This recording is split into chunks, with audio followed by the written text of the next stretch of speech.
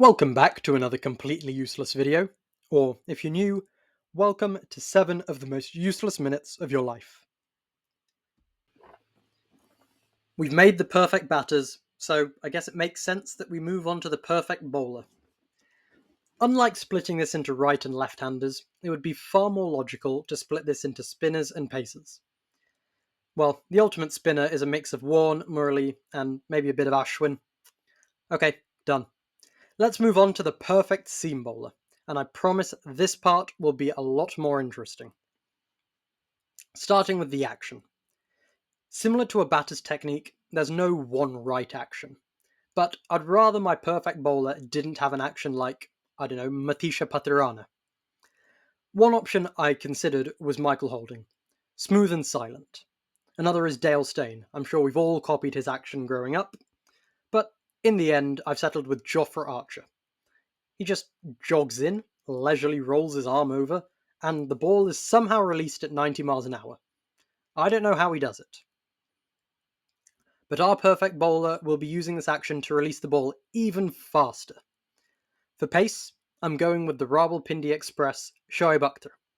He bowled the fastest recorded ball, 161.3 kilometers per hour. I don't think any further justification is needed. Although, honourable mentions to Brett Lee and Sean Tate here, and also Jeff Thompson. For accuracy, I'm going with Curtly Ambrose. You can put a penny anywhere on the pitch, and 9 times out of 10, Ambrose is hitting it. On to swing now. We're going with the Sultan, Wasim Akram. He could swing it both ways, he could swing it late, he mastered reverse swing. This is an easy pick. But we're not just going to move it in the air, we're moving it off the ground too.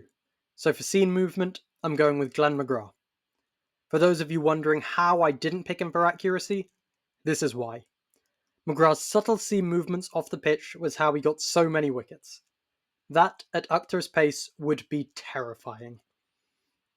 The other big weapon McGrath had was his prodigious bounce, but we're going to go a step further. We're going with Joel Garner. Big Bird was 6'8" and had long arms. The ball ended up being released at a height of probably over 10 feet. There are jokes that the 4 Windies pacers had different types of bouncers, and Garner's wasn't a true bouncer, it was just a length ball that somehow hit a trampoline. Speaking of bouncers bowled by Windies pacers, we'll take Malcolm Marshall's bouncer. Unlike his compatriot, Marshall was not 6'8". He wasn't even 6 foot. His bouncer was skiddy, and let's just say, if he felt kind, which he rarely did, he aimed to severely injure. It was like a missile locked in on your skull, and you were not getting out of the way. Don't ask me how someone with Garner's bounce will bowl a skiddy bouncer like Marshall. We don't mind logical inconsistencies, we just want to build the nastiest pacer. So, now we have a bowler who can beat you for pace, beat you through the air, beat you off the pitch, and also knock your teeth out. So, why not add a toe breaker to our arsenal? When it comes to Yorkers, there are a few better than Malinga. Some might say Bumrah has taken that crown, and I wouldn't argue for long, but I'm still going for the Sri Lankan. Let's take a break from all this violence and go with something a little more gentle, shall we? Whose slower ball shall we take? There's a lot of options. One who I was considering for a long time was Dwayne Bravo, but I think there's someone better. Mustafizur Rahman. It's easy to forget just how incredible Fizz was back in the day before his body gave in. His cutters were extraordinary. Never seen anything like it. Finally, we've got to make sure that our bowler can keep these ludicrous feats up for a long period of time. So for stamina, we're going with Kapildev. He was an absolute workhorse.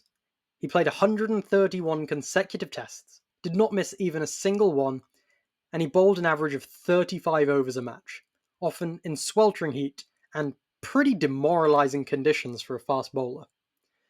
If our guy can bowl just 15 to 20 overs in a day, no team stands a chance. So, we're done with the physical aspects, but what about the mental ones? What good is having all these skills if you can't use them efficiently? We need someone smart, who knows exactly when to bowl what. If you watch my ODI series, you'll have heard me refer to Bumrah as a genius several times, because he really is. But I'm actually going with Richard Hadlee. If Hadlee sniffed the slightest weakness, he would formulate a plan to get you out 2 overs later. He'd execute that plan to perfection, and you better believe that after 2 overs, you're getting that magical ball.